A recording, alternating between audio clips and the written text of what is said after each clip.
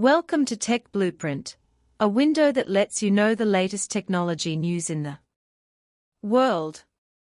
Recently, there is news that the price of Chinese chips has been cut by about 40%. The foundry price of 12-inch wafers is only about 60% of that of Taiwanese and Korean manufacturers, and the 8-inch price has dropped by another 20% to 30%. The data that China's chip exports exceeded 1 trillion yuan in the first 11 months also confirms that Chinese chips do have a high cost-effective advantage. U.S. Trade Representative Kiki Tai announced that she would start a 301 investigation against China's dominant position in the semiconductor industry. As soon as this news was released, it immediately attracted widespread attention. As we all know, the 301 clause is a trade protection measure that was used against Japan as early as the 1980s and was successful. To this day, Japanese semiconductors have not risen. Now facing the rise of China's semiconductor industry, the United States has once again wielded a big stick, but this time the United States is not targeting high-end chips, but mature process chips 28nm and other process technologies. Speaking of 28 nanometers process chips, perhaps many people will think they are a bit outdated, or even not worth mentioning. But the fact is that these antique chips are everywhere in people's daily lives. Automobiles, home appliances, medical equipment, etc. are inseparable from these technologies. If these chips are discontinued, many basic functions in life may have to be shut down. However, in this mature process chip market, about 30% of the world's mature process chips are produced in China, and this figure may soar to nearly 50% in the next decade. In other words, China's position in the global chip market is becoming more and more important. The United States has obviously seen China's growing influence in this field and is eager to curb this trend through 301 investigations. However, can this move really work? The answer is not that simple. China's semiconductor industry did not start today. Although it once faced a strong blockade and technological barriers from the United States, these difficulties did not crush Chinese companies. Instead, China's chip industry has found its own way of survival and development.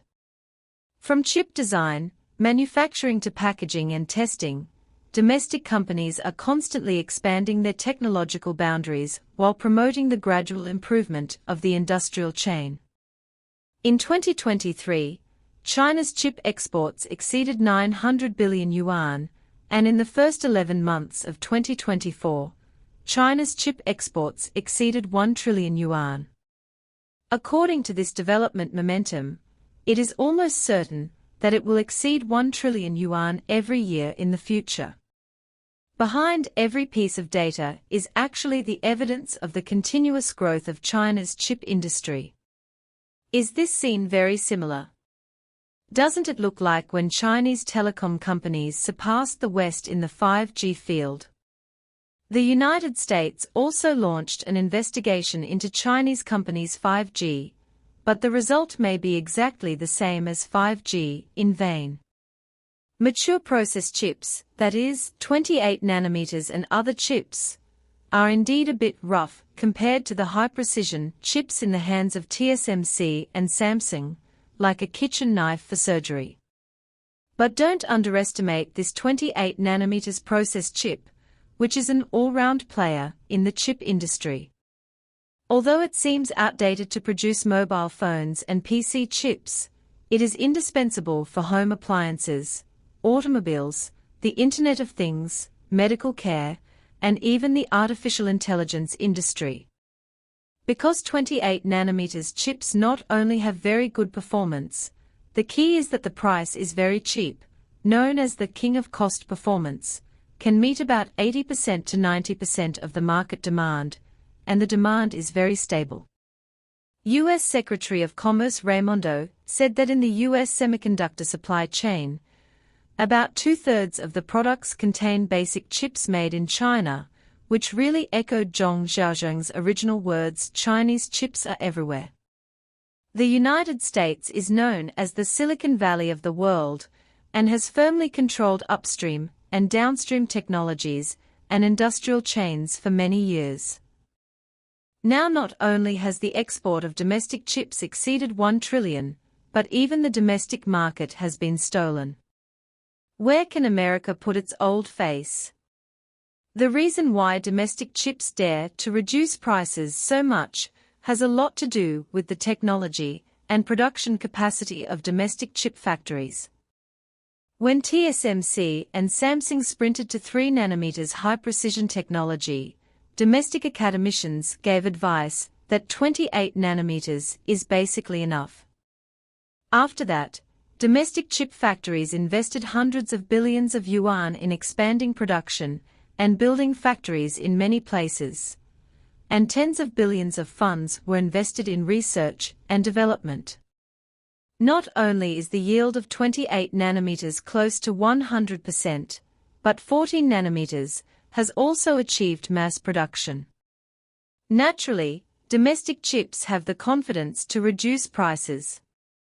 Some people believe that the purpose of China's domestic chip price reduction is to kill the rich and help the poor, and break the pattern of the West harvesting the market for many years.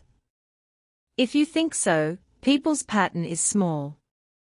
The development of science and technology itself serves humanity, allowing high-tech products to gradually lose their luxury coat of price, allowing more companies to afford better chips, and ultimately allowing more high-tech products to enter thousands of households, such as making smart driving cars that rely on a large number of chips, a consumer choice that the general public can reach. This is the trend of development, but if allies are lured to impose high taxes on domestic chips, or even ban purchases, it must be anti-globalization. The People's Daily once said, "The power of the United States cannot bring peace, and moving against globalization will inevitably shake its foundation and ultimately harm others and itself." Now it seems that the development trend of things seems to be moving in this direction. Domestic chips have blossomed in the US market, which means that some US companies have realized that US chips are not competitive enough in a certain link. As chip technology approaches the ceiling, domestic chip technology is constantly improving. In a few years, not only basic chips, but also core components such as CPU, GPU, and NPU will have the shadow of Chinese chips. In the long run, the solid foundation built by the United States over the years may be uprooted.